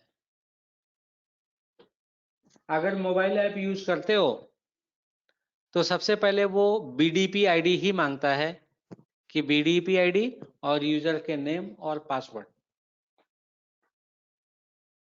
वहां पे भी आपको ये चीजें यूटिलाइज होंगी।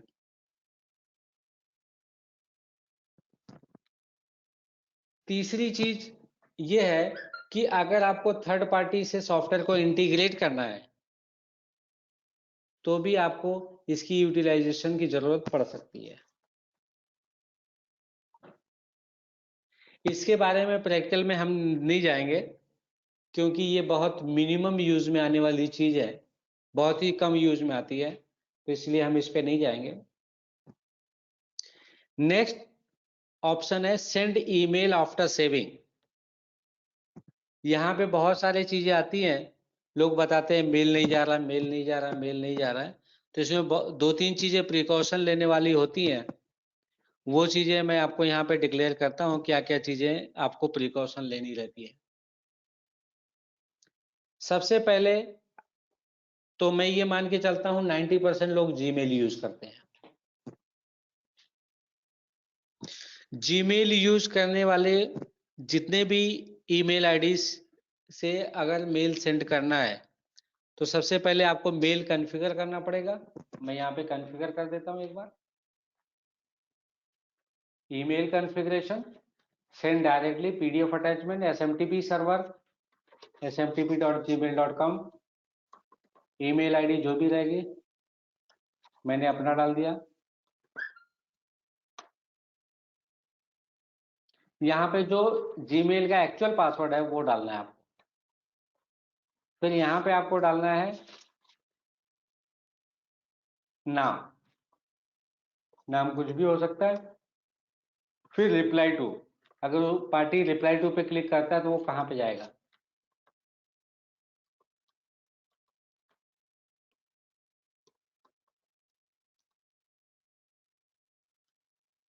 ये हमने डाल दिया। अब इसको हमने सेव कर दिया। अगर हमें यहाँ पे टेस्ट करना है तो हम टेस्ट भी कर सकते हैं। ये देखिए यहाँ से आपको ये पता चल जाएगा हमारा एक मेल सेट बराबर हुआ है कि नहीं हुआ है। ये ईमेल सेंड सक्सेसफुली का मतलब होता है ईमेल सेट हो गया, लेकिन सबके सिस्टम से इतने जल्दी सेट नहीं होगा।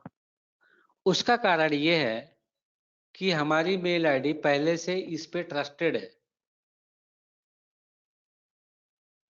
तो सबसे पहले हमें क्या काम करना पड़ता है, ईमेल आईडी को ट्रस्टेड आईपी करने के लिए दो चीजें करनी पड़ती है। एक तो होता है allow less secure app, enable होना चाहिए।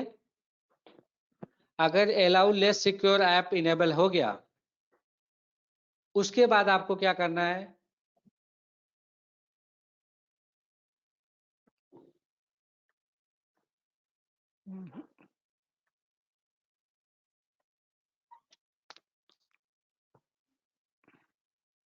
स्क्रीन आ रही है ना आप लोगों को?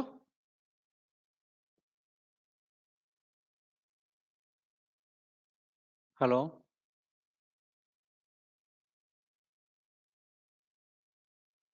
हाँ सर। ठीक है सर, ठीक है। अब मैंने ये बताया ईमेल भेजने के लिए दो चीजें मेन इंपॉर्टेंट होती है। सबसे फर्स्ट थिंग, आपकी ईमेल कॉन्फ़िगरेशन प्रॉपर होनी चाहिए, आईडी और पासवर्ड। एक भी कैपिटल को स्मॉल कर दिया, स्मॉल को कैपिटल कर दिया तो नहीं चलेगा।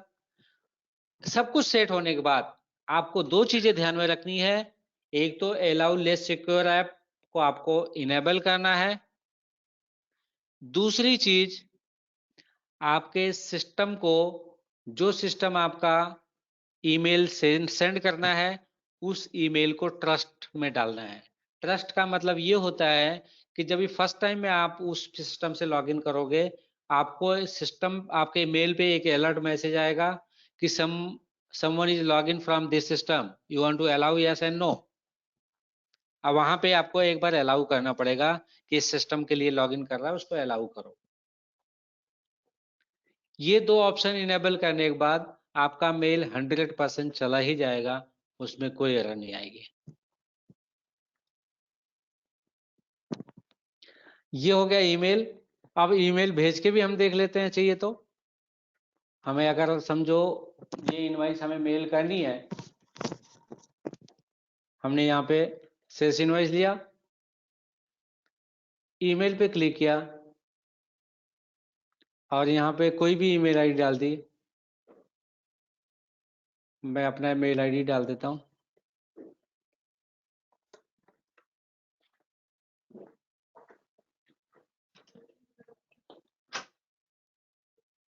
ये हमने सेंड कर दिया।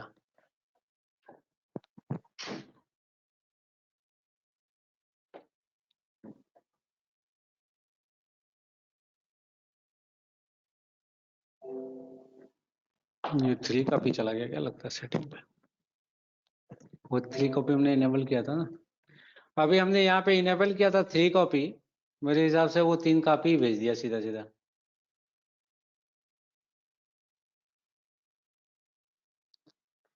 हमने मेल भेजा, वो हमारे पास आ भी गया होगा। तो इसमें हम चेक नहीं करते हैं आया कि नहीं आया। जब सेंड सक्सेसफुली हो गया तो 100% उसको जाना ही है।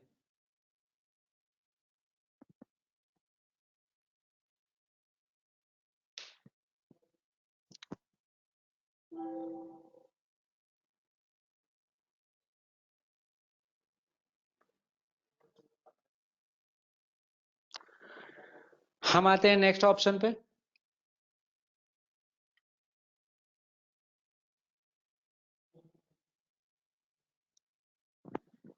ऐसी ऑप्शन है सेंड एसएमएस आफ्टर सेविंग।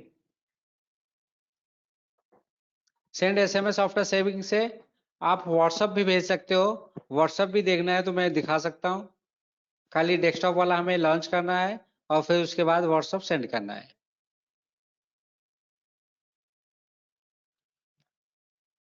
यहाँ पे हमने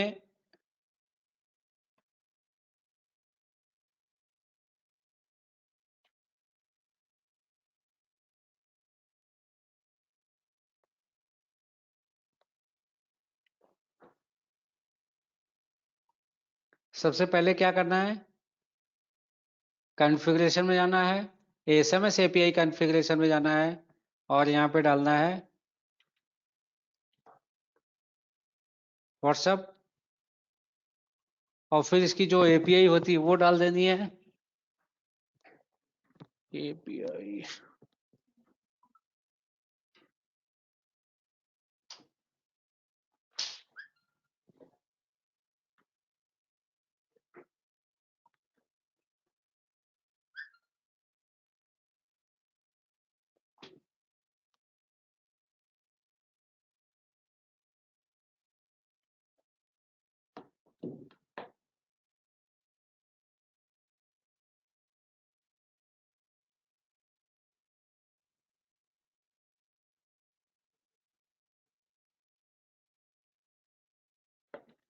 यहाँ पे मुझे पास रेडी नहीं है, मैं टाइप करके डाल रहा हूँ, हो सकता है गलती भी हो जाए।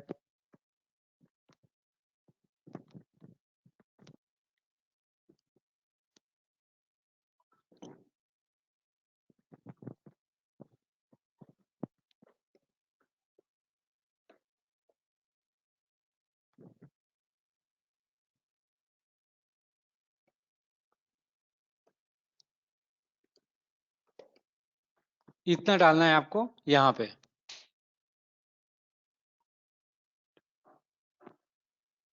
अब इसके बाद आपको कुछ नहीं करना है, मोबाइल के आगे मोबाइल डाल देना है, मैसेज के आगे मैसेज डाल देना है और इसको सेव कर देना है। अब यहाँ पे आगे configure API belong to WhatsApp for sending message, please install WhatsApp desktop. वो तो हमने ऑलरेडी इंस्टॉल किया हुआ है और अभी वो भी मैसेज मैं दिखाऊंगा आपको। अब ये इनवॉइस जो है हमें भेजनी है, और यहाँ पे अटैचमेंट भी अगर भेजना है तो अटैचमेंट भी भेज सकते हैं, वहाँ पे हम वो भी कॉन्फ़िगर कर देते हैं। ये वाला हमने अपलोड कर दिया। अब जो ये इनवॉइस बना है, ये इनवॉइस को हमें व्हाट्सअप करना है। हमें एसएमएस पे क्लिक करेंगे और यहाँ पे सेंड पे क्लिक कर देंगे। नंबर में कुछ और डाल देता हूँ यहाँ पे,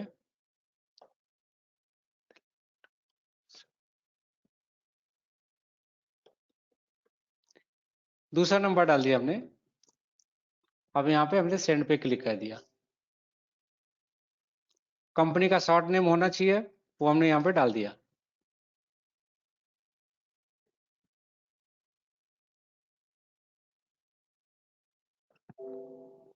सेंड हो गया। अब अगर व्हाट्सएप आपको दिख रहा होगा यहाँ पे,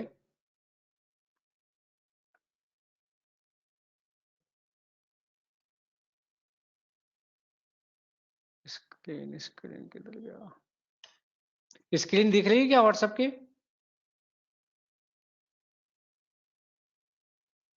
हेलो, जी सर। व्हाट्सएप की स्क्रीन दिख रही है आपको? जी दिख रही है। नहीं, व्हाट्सएप वाली स्क्रीन। हाँ सर दिख रही है। अच्छा, व्हाट्सएप वाली स्क्रीन दिख रही है ना? हाँ तो व्हाट्सएप पे बस ये आ जाएगा, फिर वहां पे आपको सेंड पे क्लिक करना है। मुझे लग रहा है कि आपको दिख नहीं रहा है, इसलिए मैं पूछ रहा हूँ।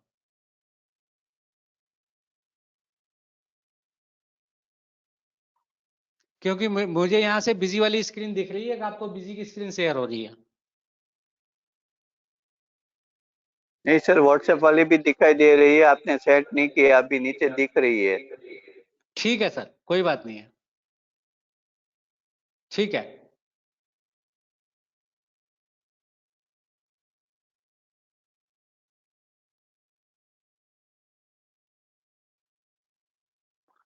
अब यहाँ पे हम क्या करेंगे,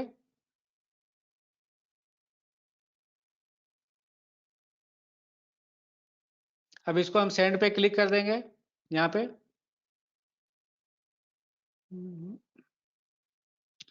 इस पे सेंड पे क्लिक कर देंगे, ये चला जाएगा। अभी भी हमारे पास ये ऑप्शन नहीं है कि डायरेक्ट इसको सेंड कर दिया जाए। अब यहाँ पे ये जो इनवॉइस गई है वो डॉक्यूमेंट ना जाके लिंक गई है। ये लिंक पे अगर हम क्लिक करेंगे तो अपनी जो सेल्स इनवॉइस हमने बिजी में बनाई है वो ओपन हो जाएगी।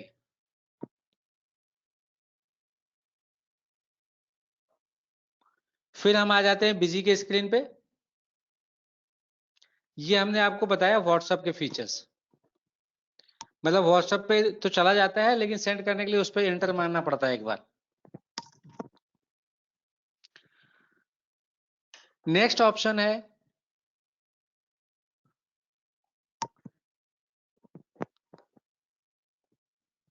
Send notification too busy business after saving.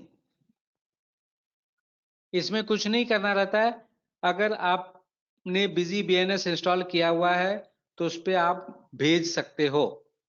वो भी मैं दिखा देता हूं। ये हमने कॉन्फ़िगर कर लिया, स्टैंडर्ड इनवॉइस भेजना है, यहाँ पे सेव कर दिया। ये वाली इनवॉइस है,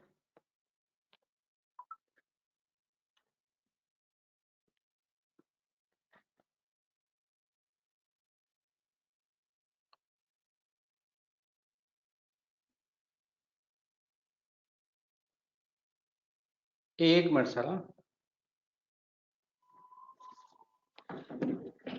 अब इसको BGBNS पर अगर हमें भेजना है तो हमें क्या करना पड़ेगा, सबसे कंट्रोल करना पड़ेगा और यहाँ पे BGBNS पे क्लिक करके नंबर डाल देना है।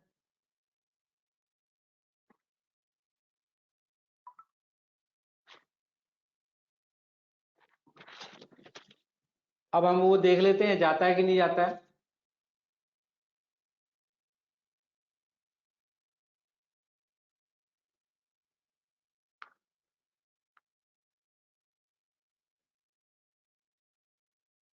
हमने ये अमाउंट है 34,706, सेल्स इनवॉइस पे क्लिक किया, नंबर ऑफ कॉपी 1, BGBNS, ये मैंने अपने मोबाइल पे मैंने भेजा है।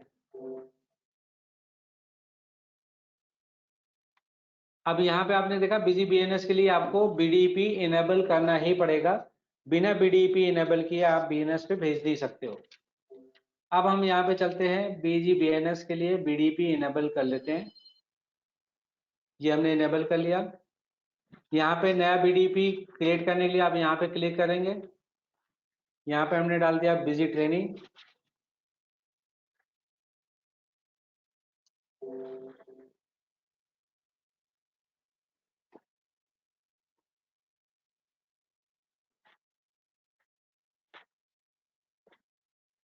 BIP ट्रेनिंग, पासवर्ड भी हमने डाल दिया।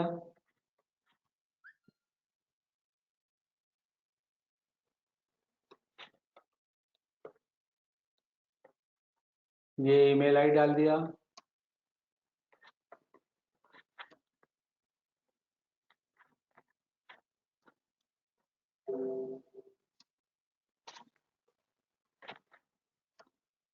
ये सारी चीजें फिल करने के बाद हमने ये क्रिएट कर ली। फिर से हमने प्रोफाइल अपडेट कर लिया, ये हमने सेव कर लिया।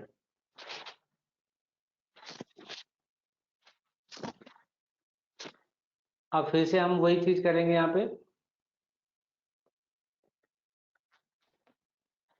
BDP इनेबल होनी चाहिए।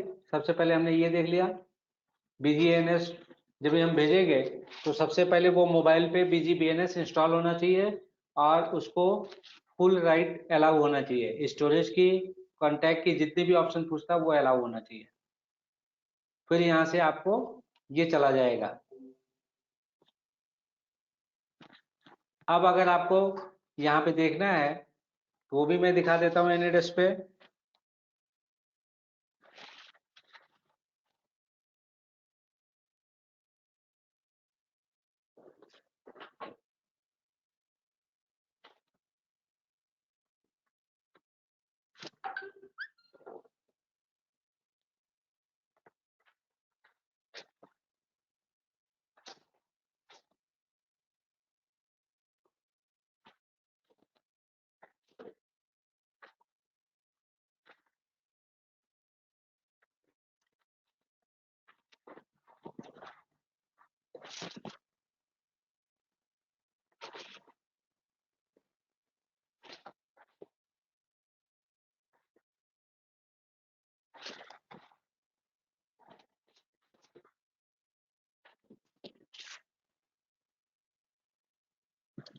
ये मैं इसे सबसे ऊपर वाला स्क्रीन पे अगर देखेंगे तो यहाँ पे ये सारी चीजें आ गई।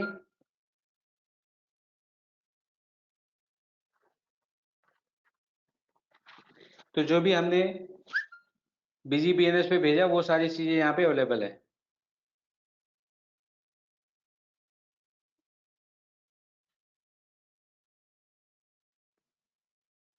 तो इस तरह से आप BGBNS पे डायरेक्ट भेज सकते हैं, उसमें केवल आपको BDP इनेबल होना चाहिए।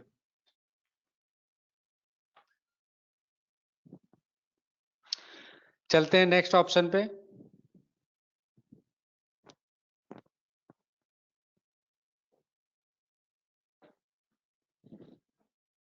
नेक्स्ट ऑप्शन है prompt image saving in database.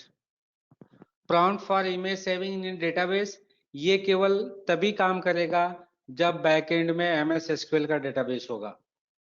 Access database की लिमिट थोड़ा कम होता है, साइज लिमिट, क्योंकि डेटा सबके बड़े रहते हैं। डेटा बेस की जो लिमिट होती है वो 400 से 500 MB तक होता है, उसके ऊपर जाता है तो प्रॉब्लम देता है। तो हमने इमेज को डेटाबेस में सेव करने का ऑप्शन नहीं रखा है। अगर SQL का डेटाबेस है तो इमेज को आप डेटाबेस के अंदर में भी सेव कर सकते हो। अगर ये चीजें इनेबल करनी है तो सबसे पहले आपको करना पड़ेगा, इन्वेंटरी के फीचर्स में आपको पहले इनेबल करना पड़ेगा कि आपको अलाउ करना है कि नहीं करना। देखो यहाँ पे ऑप्शन दिया है maintain images notes with master and vouchers.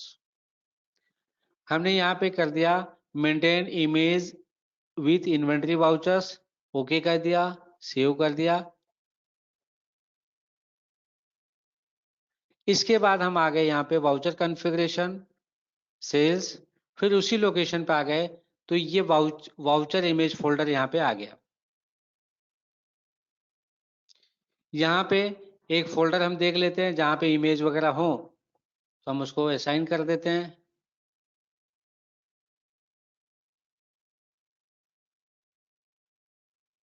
बहुत सारी इमेजेस हैं यहाँ पे, कोई भी हम एक इमेज ले लेते हैं इसमें से।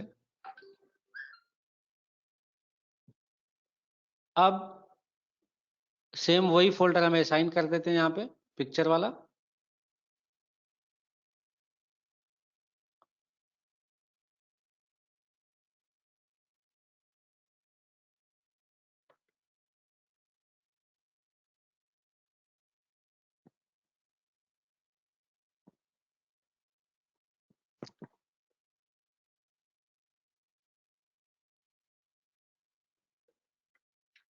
सेम पाथ हमने ले लिया, कॉपी कर लिया, यहाँ पे पेस्ट कर दिया और इसको सेव कर दिया। अब हमें क्या करना है, जो बिल पे असाइन करना है वो बिल नंबर से उसको हमें सेव कर देना है। ये बिल नंबर पे अगर हमें असाइन करना है तो ये हमने कॉपी किया और यहाँ पे सेव कर देना है।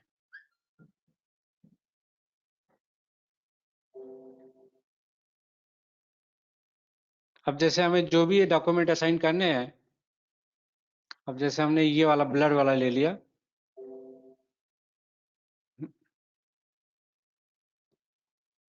क्या था आगे, 01 2021।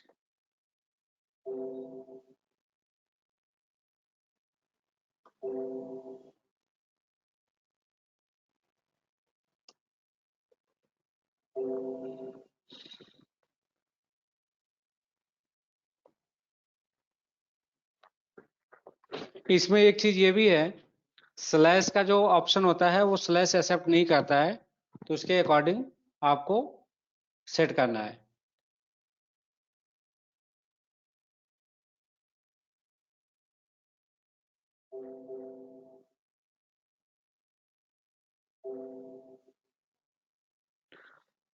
तो हम एक काम करते हैं, वाउचर नंबर को कुछ अलग तरीके से लिख देते हैं, बताता हूँ।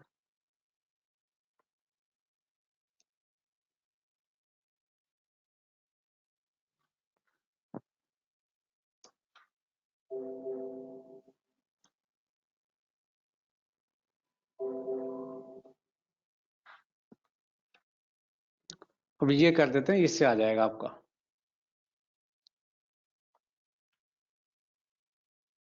केवल 1 है।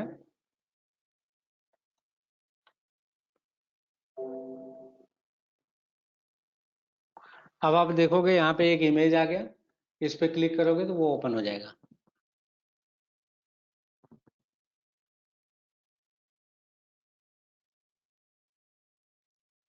तो जो भी आपका JPG वगैरह रहेगा या PDF रहेगा वो डायरेक्ट आप लिंक कर सकते हो। इसी तरीके से आपको PDF भी अगर लिंक करना है तो आप PDF भी लिंक कर सकते हो। अभी जैसे इसको मुझे नहीं डालना है तो हमने इसको रीनेम कर दिया और यहाँ पे उसका नाम ये डाल दिया। अब यहाँ पे आइकॉन PDF का आ जाएगा और ये PDF लिंक हो गया।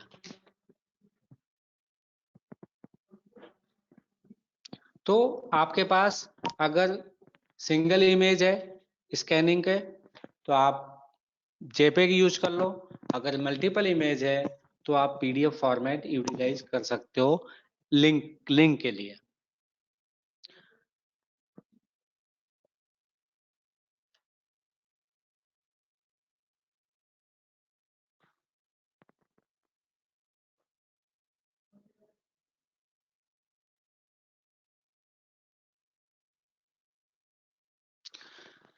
नेक्स्ट ऑप्शन है prompt to copy voucher after saving.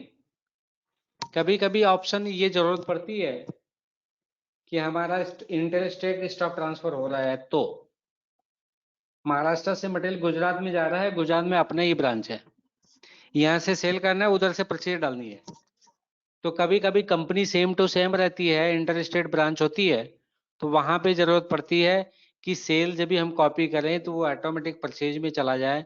उस पर्पज के लिए हम यूज करते हैं कॉपी वाउचर आफ्टर सेविंग। और इसमें इधर की सेल और उधर की परचेज दोनों क्रॉस नलीफाई हो जाती है, जीरो हो जाती है, वो सेल में काउंट नहीं होता है।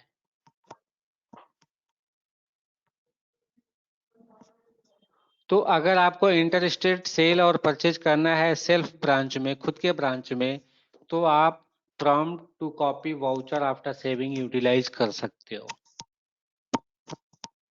अभी ये सेशन मैं यहाँ पे ही क्लोज करता हूँ। इसमें एक पॉइंट ये बाकी रह गया है जो नेक्स्ट टाइम में मैं ट्रेनिंग में लूंगा। एक ऑप्शन है वाउचर स्प्लिट। वाउचर स्प्लिट का ऑप्शन मैं नेक्स्ट सेशन में लेता हूँ और नेक्स्ट सेशन में जो हमारा शेड्यूल रहेगा वो मैं आपको लिंक के साथ में अपडेट कर दूंगा।